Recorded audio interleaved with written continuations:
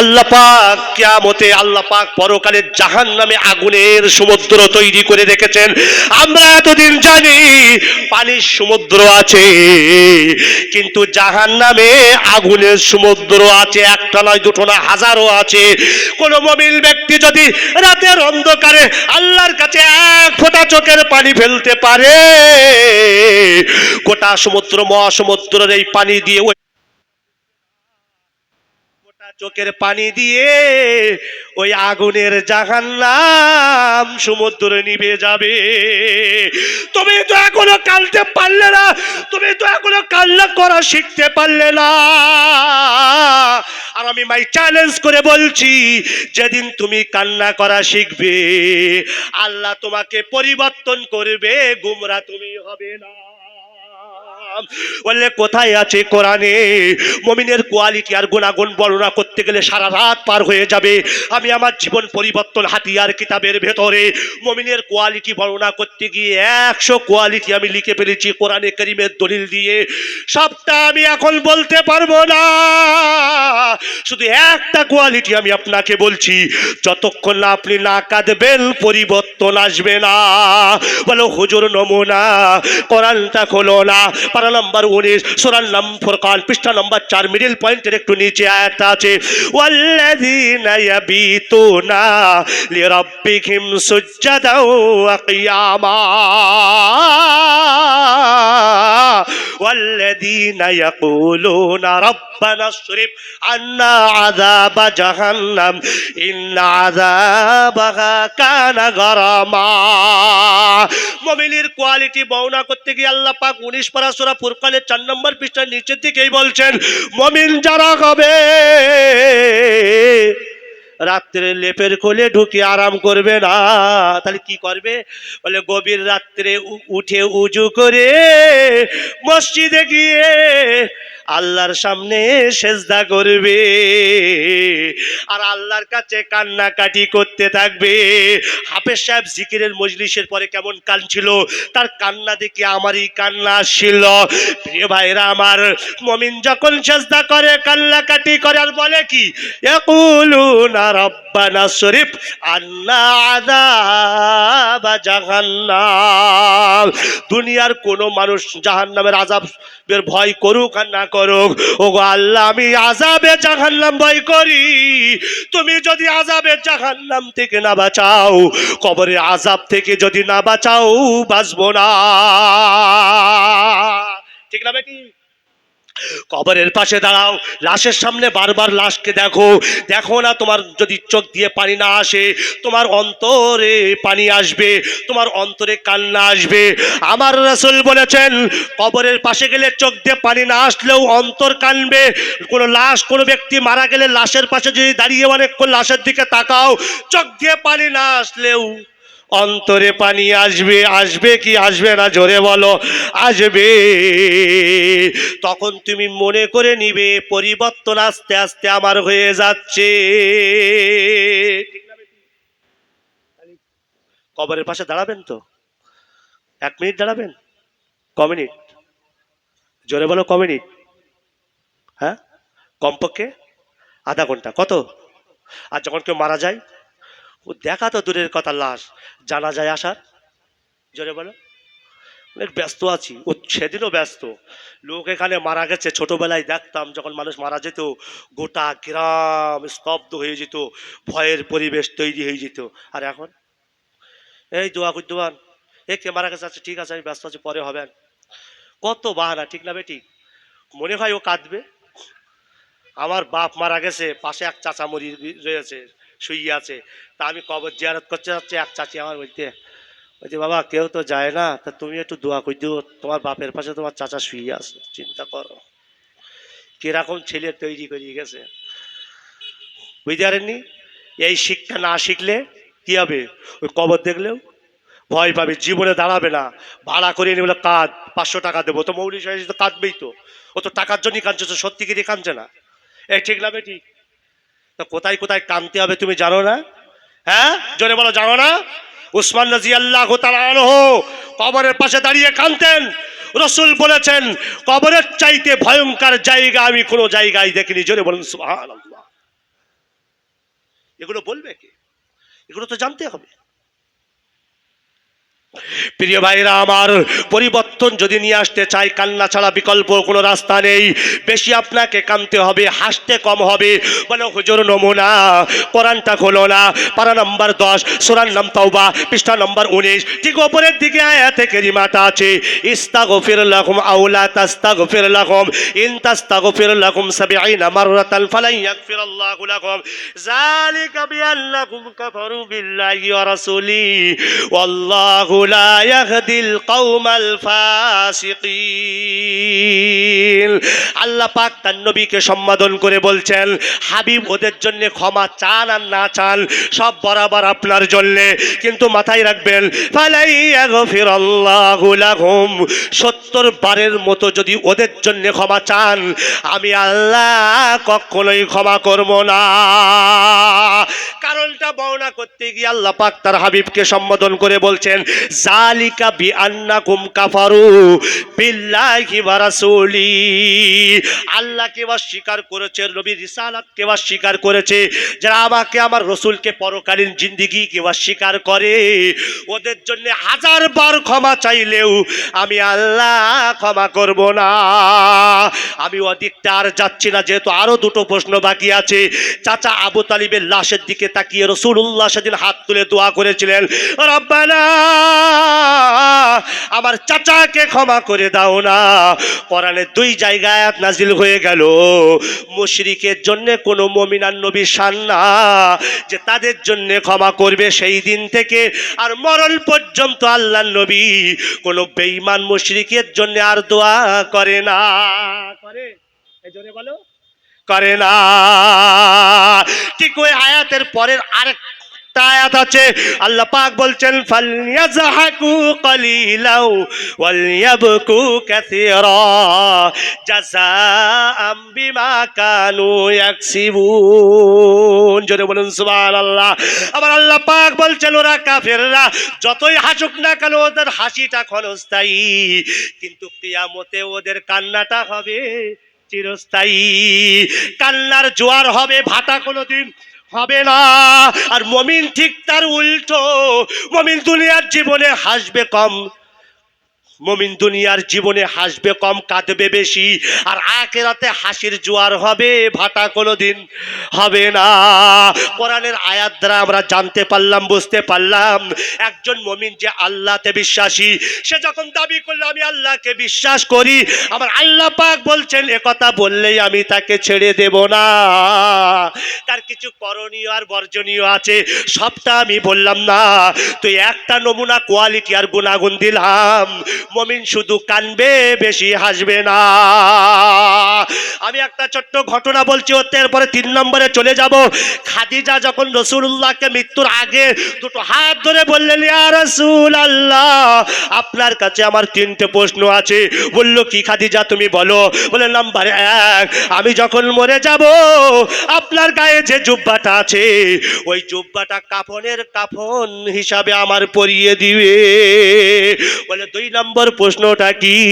বলে, 2 নম্বর প্রশ্নটা হলো আপনি নিজে হাতে আমাকে কবরে রাখবে। বলে, 3 নম্বর প্রশ্নটা কি? নীল চক্ষু বিশিষ্ট 2 জন ফেরেশতা মুনকার নেকির যখন আমার কবরের ভেতরে প্রবেশ করবে, যতক্ষণ না পর্যন্ত সওয়াল জবাব শেষ না হবে এক একই রেখে আমাকে পালিয়ে যাবে না। বুখারী, মুসলিম, তিরমিজি, আবু দাউদ, নাসাই বিভিন্ন হাদিসের কিতাবের ভেতরে এসেছে, যখন খাদিজার পক্ষ থেকে এক ধরনের কথা শুনলেন, একজন স্ত্রী যদি তার স্বামীকে এভাবে কথা বলে, কোন স্বামী কি হাসতে পারে? একটু জোরে বলো, পারে না। দুটো হাত ধরে যখন খাদিজা এই 3টে কথা বলল, হাদিস পাকের ভেতরে এসেছে রাসূলুল্লাহর চোখ থেকে পানি নির্গত হয়ে দাড়ি মোবারক ভিজে যায়। খাদিজাকে বলে, খাদিজা চিন্তা করো না, তুমি যে 3টে প্রশ্ন করেছো, ঠিক আছে ঠিক আছে, আমি সেটা কবুল করে নিলাম। জোরে বলা যাবে না সুবহানাল্লাহ। খাদিজার মৃত্যু হয়ে গেল। ওই জুব্বা দিয়ে রাসূলুল্লাহ সাল্লাল্লাহু আলাইহি ওয়াসাল্লাম যে জুব্বাটা পরিধান করেছিলেন, ওই জুব্বা দিয়ে কাপড়ের কাপড় পরিধান করিয়ে দেওয়া হলো আর কবরে নিজে হাতে রাখলো। আর মুনকার নেকিরের প্রশ্ন হবে। রাসূলুল্লাহ দাঁড়িয়ে আছেন অনেকক্ষণ ধরে, বিমর্ষ অবস্থা থেকে আল্লাহ জানা সত্ত্বেও জিবরাইলকে পাঠিয়ে দিলেন। জিবরাইল, হাবিবের এভাবে তার স্ত্রীর কবরের পাশে দাঁড়ানো আমি আল্লাহ সইতে পারছি না, যাও যাও রাসূলুল্লাহর কাছে যাও, আমার হাবিবের কাছে যাও। সারাটা জীবন উম্মতের জন্য কেঁদেছেন, কখনো লাশের দিকে তাকিয়ে কেঁদেছেন, বহু কিতাব বার হয়ে গিয়েছে রসুল কখন কোন জায়গায় দাঁড়িয়ে কেঁদেছেন, অসংখ্য কিতাব বার হয়ে গিয়েছে। আমি আমার জীবন পরিবর্তন হাতিয়ার কিতাবের ভেতরে ইনশাল্লাহ ওই কথাগুলো লিখবো, কোন কোন জায়গায় রাসূলুল্লাহ কেঁদেছেন। প্রিয় ভাইরা আমার, আরো একটা ঘটনা বলবো, আসলে সময়টা সংক্ষিপ্ত এই জন্য সমস্যা হয়ে যাচ্ছে। আমাদের হাবের সাহেব 9:15 দিয়েছে, আমি তাড়াতাড়ি করে বলছি। প্রিয় ভাইরা আমার, আল্লাহ পাক জিবরাইলকে পাঠালেন। জিবরাইল রাসূলুল্লাহর কাছে এসে বললেন, ইয়া মুহাম্মদ, আপনি এভাবে করে কেন দাঁড়িয়ে আছেন? রাসূল বলেন, ইয়া কি জিবরাইল, আমার স্ত্রীর ভেতরে আছে, আমার স্ত্রী ওসিয়াত পূর্ণ করার জন্য দাঁড়িয়ে আছি। বলল, কি ওসিয়াত করেছিল? বলে, ওসিয়াত করেছিল আমার পরনের জুব্বাটা যেন কাফন বানিয়ে দেওয়া হয়, আর নিজে হাতে যেন দাফন করিয়ে দেওয়া হয়, আর আমাকে যেন যতক্ষণ না পর্যন্ত সওয়াল জবাব শেষ না হবে একা একই না ছাড়া হয়। তাই সেই ওসিয়াত পূর্ণ করার জন্য এখানে দাঁড়িয়ে আছি। আমি আমার জুব্বা দিয়ে কাফনের কাফন পরিয়ে দিয়েছি, আর আর নিজে হাতে আমি আমার স্ত্রীকে কবরে নামিয়ে দিয়েছি। এবার একা একই দাঁড়িয়ে আছি, দেখি কখন কবরের সওয়াল জবাবটা শেষ হয়। বললে, মুহাম্মদ, চিন্তা করবেন না, চিন্তা করবেন না, দুঃখ নিবেন না, দুঃখ নিবেন না।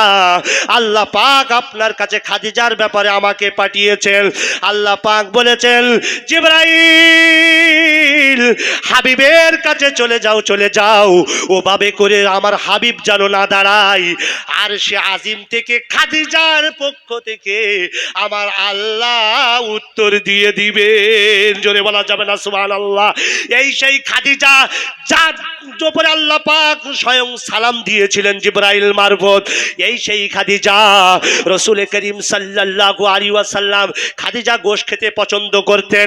ইন্তেকাল যখন হয়ে গেল, যখন বাড়িতে কোনো গোশত রান্না হইতো, রাসূল করিম সাল্লাল্লাহু আলাইহি এক ভাগ গোশত আলাদা করে রাখতেন। মদিনার অলিতে গলিতে যেতেন, কান্না ভেজা কণ্ঠে চোখ মুছতে মুছতে যেতেন, তার বান্ধবীদের খুঁজতেন। খাদিজার বান্ধবী কারা আছে? খাদিজা পৃথিবী থেকে বিদায় নিয়েছে, কেমন করে খিদমত করব? না না না না না, খাদিজার বান্ধবীগুলো কোথায় আছে? তাদের যদি এক টুকরো গোশত দেওয়া যায় এটাই খিদমত হবে। মদিনার অলিতে গলিতে চোখ মুছতে মুছতে রাসূলুল্লাহ যাইতেন, আর খাদিজার বান্ধবীদেরকে খুঁজে খুঁজে তাদেরকে এক টুকরো করে গোশত দিতেন। ও কাটাকালির মানুষেরা, আমি বেশি লম্বা সময় নেব না। সেদিন কি রাসূলুল্লাহ কাঁদেননি? জোরে বলো। আর একটা ঘটনা বলেই আমি 3 নম্বর প্রশ্নের দিকে এগিয়ে যাব। চাচা আবু তালিবের লাশের দিকে তাকিয়ে, চাচা আমির হামজার লাশের দিকে তাকিয়ে রাসূলুল্লাহ কেঁদেছেন। লম্বা চওড়া ব্যাখ্যা আমি সংক্ষেপে আনছি। রাসূলুল্লাহ সেই যুদ্ধের প্রধান সেনাপতি, অস্তিত্বের লড়াই, মুসলমান জিতবে না মরবে, যদি আজকে মরে, যদি আজকে মুসলমান হারে, তাহলে অস্তিত্ব মিটে যাবে, আজকে ইসলামের ডঙ্কা মিটে যাবে, আজকে অস্তিত্বের লড়াই জিততেই হবে। প্রধান সেনাপতি স্বয়ং রাসূলুল্লাহ সাল্লাল্লাহু আলাইহি ওয়াসাল্লাম বীর বিক্রমে যুদ্ধ করছেন। চাচা আমিরে হামজা বহু কাফেরকে হত্যা করে দিয়েছেন, বীর বিক্রমে যুদ্ধ করছেন। হঠাৎ করে কার দেখতে পাওয়া যায় না, আল্লাহ পাকের রাসূল, লম্বা চওড়া ব্যাখ্যা, আল্লাহ পাকের রাসূল 2 জন সাহাবীকে বললেন, ও আমার সাহাবীরা, যাও যাও, একটু আগে আমার চাচা হামজা বীর বিক্রমে যুদ্ধ করছিলেন, এখন তো আর তাকে খুঁজে পাওয়া যাচ্ছে না, কোথায় আছে দেখো। তারা এদিক সেদিক খুঁজতে খুঁজতে কোথাও যখন পেল না, একটু দূরে গিয়ে দেখে পাহাড়ের পাদদেশে চাচা আমির হামজা শহীদ হয়ে পড়ে আছে। হাদিস পাকের ভেতরে এসেছে, আমি আমার জীবন পরিবর্তন হাতিয়ার কিতাবের ভেতরে এই ঘটনাটা উল্লেখ করেছি। কিতাবের ভেতরে এসেছে, শুধু শহীদ হয় নাই, শুধু শহীদ হয় নাই, 2 জন সাহাবী যখন দেখলেন পেটটা ফেড়ে দেওয়া হয়েছে, বুকটা চিরে দেওয়া হয়েছে, আরে কলিজা চিবিয়ে ক্ষত বিক্ষত করে দেওয়া হয়েছে, লাশ বিকৃত করে দেওয়া হয়েছে। আচ্ছা বলুন, এরকম দৃশ্য দেখলে কি আর মুখ থেকে কথা বার হবে? পার হবে না। যে দুইজন সাহাবীকে চাচা হামজার লাশ দেখার জন্য পাঠানো হয়েছিল, ওই দুইজন সাহাবী বাকরুদ্ধ হয়ে গেল, কথা বলার শক্তি আর থাকলো না। দুইজন দৌড়ে রাসূলুল্লাহর কাছে আসলেন।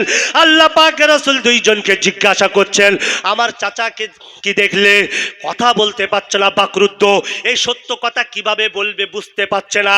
যখন বলতে পারলো না, রাসূলুল্লাহ বুঝতে পারলেন কিছু একটা বড় অঘটন ঘটেছে। তা না হলে আমি যখন প্রশ্ন করলাম সাহাবী নিরুত্তর কেন, বাকরুদ্ধ কেন, বলতে পারছো না কেন, তখন দুইজন সাহাবী বললেন, ইয়া রাসূলুল্লাহ, বলতে আমরা পারবো না, আপনি নিজে গিয়ে দেখে আসুন। হাদিস পাকের ভেতরে এসেছে রাসূলুল্লাহ সেই পাহাড়ের পাদদেশে গেলেন। আল্লাহ পাকের রাসূলের চাচা হামজার বিকৃত লাশ দেখে তিনিও সাহাবীদের মতো বাকরুদ্ধ হয়ে গেলেন। তিনি বসে পড়লেন। এরপরে চাচা আমিরে হামজার বুকের ওপরে হাত রাখলেন আর কসম খেয়ে বললেন, আমার হামজাকে, চাচাকে যেভাবে শহীদ করে দেওয়া হয়েছে, ৭০ জনকে এর থেকেও ভয়ঙ্কর ভাবে তাদেরকে হত্যা করে দেওয়া হবে। কোরআনের আয়াত নাজিল হয়ে গেল। পারা নম্বর 14 সূরা নাহাল পৃষ্ঠা নম্বর 20 নিচের দিকে আয়াতে কারিমাটা আছে, ওয়া ইন আকাবতুম ফাকিবু বিমিসলি মা উকিবতুম ওয়ালা ইন সাবারতুম লাহুয়া খায়রুল লিসাবিরিন। প্রতিশোধ যেমন নেওয়া হয়েছে তেমনটা নাও, এটা বলে কিসাস নেওয়ার অধিকার আছে, কিন্তু হাবিব শোনো, মাফ করে দিলে সেটাই উত্তম হবে। যে লাশকে বিকৃত করেছিল সাহাবাদের মাঝখান দিয়ে রাতের অন্ধকারে ওয়াহশী যখন রাসূলুল্লাহর কাছে গেলেন, আল্লাহ রাসূল তাকে ক্ষমা করে দিয়েছিলেন। কাটাকালির মানুষদেরকে জিজ্ঞাসা করছি, বলুন সেদিনকে আল্লাহ পাকের রাসূল চাচার দিকে তাকিয়ে কাঁদেননি? জোরে বলো, কেঁদেছিলেন? এরকম বলতে থাকলে অনেক বলা হয়ে যাবে। তাহলে দুইটো জায়গায় আপনাকে কাঁদতে হবে। একটা কবরস্থানের পাশে গিয়ে কাঁদতে হবে, আর কোনো ব্যক্তি মারা গেলে তার দিকে তাকিয়ে থাকলে ইনশাল্লাহ কান্না আসবে। তাহলে পরিবর্তনের ফিলিংটা আপনার তৈরি হবে। কবরের ভয় আসবে, জাহান্নামের ভয় আসবে, আর মৃত্যুর চিন্তাটা আসবে। কোরআন তোমাকে ৩ নম্বর প্রশ্নটা করলাম, কোরআন তুমি বলো মৃত্যু কি নিশ্চিত? আমি 2-3টে আয়াত দিয়ে 4 নম্বর প্রশ্নে চলে যাব। কোরআন শরীফ পারা নম্বর 5-4 সূরা নাম আলে ইমরান পৃষ্ঠা নম্বর 13 ঠিক মিডল পয়েন্টে, কুল্লু নাফসিন যায়িকাতুল মাউত ওয়া ইন্নামা তুওয়াফাউনা উজুরাকুম ইয়াউমাল কিয়ামা ফামান যুহজিহা আনিন নারি ওয়া উদখিলাল জান্নাতা ফাকাদ ফাজ ওয়া মাল হায়াতুদ দুনিয়া ইল্লা মাতাউল গুরুর। আল্লাহ বলছেন প্রাণীদেরকে মৃত্যুবরণ করতেই হবে। চলুন পারা নম্বর 21 সূরা নাম আনকাবুত পৃষ্ঠা নম্বর 2 মিডল পয়েন্টে, কুল্লু নাফসিন যায়িকাতুল মাউত সুম্মা ইলাইনা তুরজাউন। প্রতিটা প্রাণীকেই মৃত্যুবরণ করতে হবে আর আল্লাহর দিকে ফিরে যেতে হবে। কোরআন শরীফ পারা নম্বর 17 সূরা নাম আম্বিয়া পৃষ্ঠা নম্বর 3 নিচের দিকে, কুল্লু নাফসিন যায়িকাতুল মাউত ওয়া নাবলুকুম বিশ-শাররি ওয়াল খাইরি ফিতনা ওয়া ইলাইনা তুরজাউন। প্রতিটা মানুষকে মৃত্যুবরণ করতে হবে আর আল্লাহর দিকে তাদেরকে ফিরে যেতে হবে। কোরআন শরীফ পারা নম্বর 5 সূরা নাম নিসা পৃষ্ঠা নম্বর 9 নিচের দিকে, আইনামা তাকুনু ইউদরিকুমুল মাউত ওয়ালাউ কুনতুম ফি বুরুজিম মুশাইয়াদা। শক্ত দুর্গের ভেতরে থাকলে, দুর্গ কাকে বলে? যেখানে সেনাপ্রধান, যেখানে সৈন্যবাহিনীরা থাকে, শত্রু প্রবেশ করতে পারে না। শক্ত ঘাটির ভেতরেও থাকলে মৃত্যু তোমাকে থাবা বসাবে।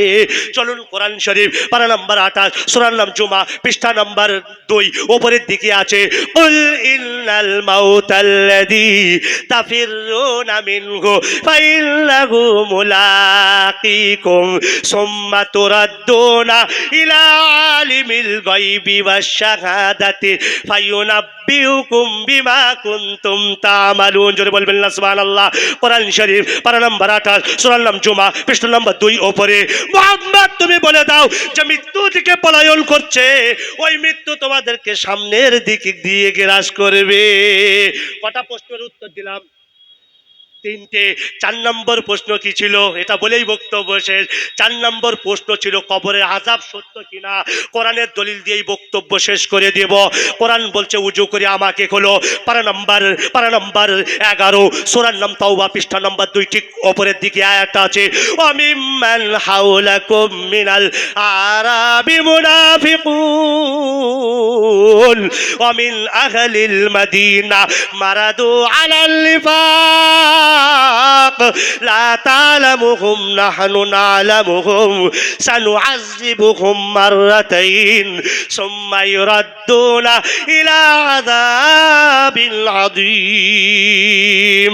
আল্লাহ পাক কোরআন শরীফে 11 পারা সূরা তাওবা 2 নম্বর পৃষ্ঠার উপর দিকে বলছেন, মরুবাসীর কতিপয় লোক যারা তোমার আশেপাশে ঘোরাফেরা করে, অমিন আহলিল মদিনা, আর মদিনার কিছু লোক যারা তোমার আশেপাশে ঘোরাফেরা করে, এ মুহাম্মদ ওদেরকে মুমিন মনে করো না। পাক্কা মুনাফিক, মুখে দাড়ি আর মাথায় টুপি থাকলে মুমিন হওয়া যায় না। মারাদু আলান নিফাক, তারা মুনাফিকে অটল। 10 জন সাহাবীকে বলছে আমরা কোরআন শরীফ শিখবো, একটু পাঠিয়ে দাও। রাসূলুল্লাহ বলছে মুখে দাঁড়িয়ে মাথায় টুপি, এরা তো সাচ্চা পাক্কা মুসলমান। নিয়ে গেছে 10 জন সাহাবীকে জবাই করে দিয়েছে কোরআন শেখার নাম করে। বিশাল হাদিস ওটা, আমি আর ওদিকে যেতে চাইছি না। এই বড় মুনাফিকদের ব্যাপারে আল্লাহ বলেন লা তা'লামুহুম নাহনু না'লামুহুম, হাবিব তুমি ওদেরকে চেনো না, ওরা কত বড় ভণ্ড। 2 নম্বর আয়াতটা শুনলে বুঝতে পারবে আমি আল্লাহ ওদের ভালো রকম চিনি। এই মুনাফিকদের শাস্তি কেমন হবে, সানু'আযযিবুহুম মাররাতাইন সুম্মা ইউরাদ্দুনা ইলা আযাবিন আযীম। যতই নামের পাশে আব্দুল জব্বার হোক, যতই মাথায় টুপি আর দাড়ি থাকুক না কেন, কবরের আযাবকে যদি কাল্পনিক মনে করো, মাই চ্যালেঞ্জ, কোনোদিন জান্নাত তুমি যেতে পারবে না। সানু'আযযিবুহুম মাররাতাইন, দুবার শাস্তি তোমাদেরকে দেওয়া হবে। একটা শাস্তি মরণের সময়, জান যখন বার হবে। হাফিজজি বলছিল যখন জিকিরের মজলিস করার সময় এই আয়াতটা বলছিল, ওয়াজাআত সাকরাতুল মাউতি বিল হক যালিকা মা কুনতা মিনহু তাহিদ। পারা নম্বর 26 সূরার নাম পৃষ্ঠা নম্বর 2 ঠিক উপরের দিকে। মৃত্যু যন্ত্রণা অবশ্যই কঠিন যন্ত্রণা। তাহলে 1 নম্বর শাস্তি যখন জানটা বার হবে, আর 2 নম্বর শাস্তি কবরে যখন কি ঢুকে পড়বে, আর 3 নম্বর ইউরাদ্দুন ইলা আযাবিন আযীম, মহাশাস্তির দিকে নিয়ে যাওয়া হবে। মহাশাস্তি কি? জাহান্নাম। রাইট আনসার, মহাশাস্তি জাহান্নাম। এই আয়াত দিয়ে প্রমাণ হলো কবরের আযাব আছে কিনা। আর দুটো দলিল দিয়ে বক্তব্য শেষ। পারা নাম্বার 7 সূরার নাম আনাম পৃষ্ঠা নম্বর 18 ঠিক মিডল পয়েন্টে, ওয়ামান আযলামু মিম্মান ইফতারা আলাল্লাহি কাযিবান আও ক্বালা উহিয়া ইলাইয়া ওয়া লাম ইউহা ইলাইহি শাইউ ওয়া মান ক্বালা সাউজিলু মিথলা মা আনজালাল্লাহ। কত বড় জালিম আর মুনাফিক দেখো। ওমান আযলামু মিম্মান ইফতারা আলাল্লাহি কাযিবা, আল্লাহর নামে মিথ্যা অপবাদ দেয়, বলে কি আল্লাহ কিছুই সৃষ্টি করেনি। আর আল্লাহ বলছে আমি সব সৃষ্টি করেছি, অন্য কেউ করতে পারেনি। মুসলমান, কাটাকালির মুসলমানরা সকলেই স্বীকার করে যাবতীয় সব কিছু সৃষ্টি, এমন কি যা চোখে দেখা যায় না, মাইক্রোস্কোপ যন্ত্র ছাড়া, দূরবীক্ষণ যন্ত্র ছাড়া, সেটাকেও আল্লাহ সৃষ্টি করেছেন। ও কাটাকালির লোকেরা বলো পিঁপড়ে কে সৃষ্টি করেছে? জোরে বলো। আর মাছি, এখানে মাছিকেও সৃষ্টি করেছে নাকি? জোরে বলো না। আর আল্লাহ চ্যালেঞ্জ দিয়ে বলল আমি চ্যালেঞ্জ করছি, আমি আল্লাহ ছাড়া অন্য কেউ যদি সৃষ্টি করে তো আমাকে দেখা। পারা নম্বর 21 সূরার নাম লুকমান পৃষ্ঠা নম্বর 2 উপরে, হাযা খালকুল্লাহ, যা তোমরা দেখতে পাও আর যা পাও না সব আমার সৃষ্টি। ফারুনি, এখন আমাকে দেখাও, মাজা খালাকাল্লাযীনা মিন দুনি, আমি আল্লাহ ছাড়া অন্য কেউ কি সৃষ্টি করতে পেরেছে? না, পারে না। তারপরে কি বলো? আরেক আসবে, বুঝতে পারেননি? আরে ঠেলিয়ে নিয়ে যাবে। না না না না, অন্য কেউ সৃষ্টি করেছে। আরে ওহি কাদের উপরে নাজিল হয় জোরে বলো, জোরে বলো, ওহি কাদের উপর নাজিল হয়? আরে ওহি যাদের উপর নাজিল হবে সে নবী হবে, ওহি যাদের উপর নাজিল হয় না তারা নবী হতে পারবে না। নবী হলো সিলেক্টেড, আল্লাহ তাদেরকে নির্বাচিত করেন। ওরা কি বলে, আউ কালা উহিয়া ইলাইয়া, কত বড় জানোয়ার আর পশু না হলে আর জালিম না হলে কথা বলে যে ওহি আমাদের উপরে নাজিল হয়। আর আল্লাহ বলে ওয়াইয়া ওদের ওপর আমি আল্লাহ নাজিল করি না। ওয়ালাম ইউহা ইলাইহি শাই, ওহী ওদের উপরে নাজিল করা হয় না। সাউনজিলু মিথলা মা আনজালাল্লাহ, কত বড় মুনাফিক বাটপাড়া জালিম দেখো, বলে আল্লাহ যা অবতীর্ণ করেছে ওরকম আমরাও পারি। আরে আল্লাহ চ্যালেঞ্জ দিল, কোরআন শরীফ পারা নাম্বার 15 সূরার নাম। আর 2-5 মিনিট হবে, বক্তাই শিখেছে আর 2-5 মিনিট এই শিখেছে, আর একটা আয়াত তো ওই জন্য এই শিখেছে 2-5 মিনিট। সাউনজিলু মিথলা মা আনজালাল্লাহ, কত বড় জানোয়ার বাটপাড়ার বেঈমান না হলে, কত বড় জালিম না হলে কথা বলতে পারে যে আল্লাহ যা অবতীর্ণ করেছে আমরাও তা পারি। আল্লাহ পাক কোরআন শরীফের অন্য আয়াতে চ্যালেঞ্জ দিলেন, পারা নাম্বার 15 সূরার নাম বানী ইসরাইল পৃষ্ঠা নম্বর আর মিডল পয়েন্টে, কুল্লাইন ইজতামাআতিল ইনসু ওয়াল জিন্নু আলা আইয়াতু বিমিসলি হাদাল কোরআন লা ইয়াতুনা বিমিসলিহি ওয়ালাউ কানা বাযুকুম লিবাযিন যাহিরা, পৃথিবীর দানব আর মানব গোষ্ঠী একত্রিত হয়েও তারা কোরআন শরীফ অনুরূপ নিয়ে আসতে পারবে না। ছোট্ট একটা সূরা আল্লাহ পাক চ্যালেঞ্জ দিলেন, ইন্না আতাইনা কাল কাউসার ফাসাল্লি লিরাব্বিকা ওয়ানহার ইন্না শানিয়াকা হুয়াল আবতার। এই ছোট্ট একটা আয়াত আল্লাহ পাক চ্যালেঞ্জ দিলেন, তারপরেও অনুরূপ আয়াত নিয়ে আসতে তারা সক্ষম হলো না। এরপরেও ঘাট ছেড়ে বলে আল্লাহ যা নাজিল করেছে অনুরূপ করতে পারি। তো এদের মতো জালিম আর মুনাফিক কি আর পৃথিবীর জমিনে আছে জোরে বলো না? আর আল্লাহ তার হাবিবকে শোনাচ্ছেন এরকম জালিমদেরকে আমি কেমন শাস্তি দেব।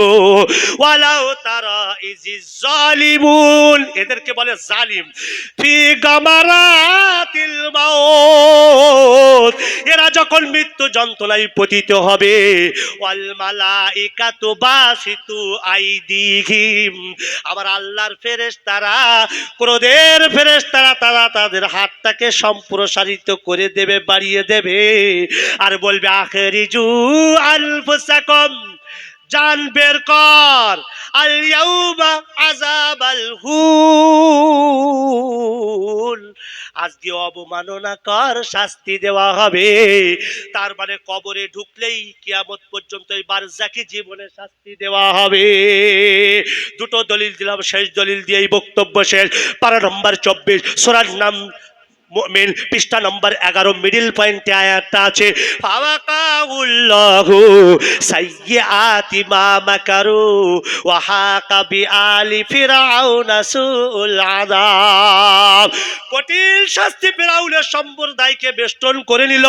আল্লাহু ইয়ারাদুনা আলাইহা গুদুওয়াও আশিয়া, আগুনের আযাব তো সকাল সন্ধ্যায় ফিরআউনের সম্প্রদায়কে দেখানো হয়, উপস্থাপন করা হয়। ওয়ায়াউমা তাকুমুস সাআ, আর যেদিন কিয়ামত সংগঠিত হবে, যেদিন কিয়ামত হবে, আদখিলু আলা ফিরআউনা আশাদ্দাল আযাব, আমি আল্লাহ বলবো ফিরআউন এবং ফিরআউনের সম্প্রদায়কে কঠিন আযাবের মধ্যে নিক্ষেপ করো। তো চারটে প্রশ্ন আমি করেছিলাম, উত্তর স্বল্প টাইমের ভেতরে আমি গুটিয়ে এনেছি। এটা অনেক একটু খুলে বললে অনেক বয়ান ছিল, যেহেতু 9:15 পর্যন্ত টাইম আমার হয়ে গিয়েছে। তো প্রথম প্রশ্ন ছিল আসল সুখ কোথায়, কোরআনের আয়াত দিয়ে বুঝিয়ে দিলাম এই দুনিয়ায় আসল সুখ নেই, আসল সুখ হচ্ছে জান্নাতে, যেন বলেন ঠিক না কিনা, ঠিক কিনা। আর 2 নম্বর প্রশ্ন আমি কোরআনে কারীমকে করেছিলাম, কোরআন তুমি বলো মুমিনের যত কোয়ালিটি আর গুণ আছে তার মধ্যে একটি কোয়ালিটি বলো। বললো মুমিন হাসবে কম আর কাঁদবে বেশি।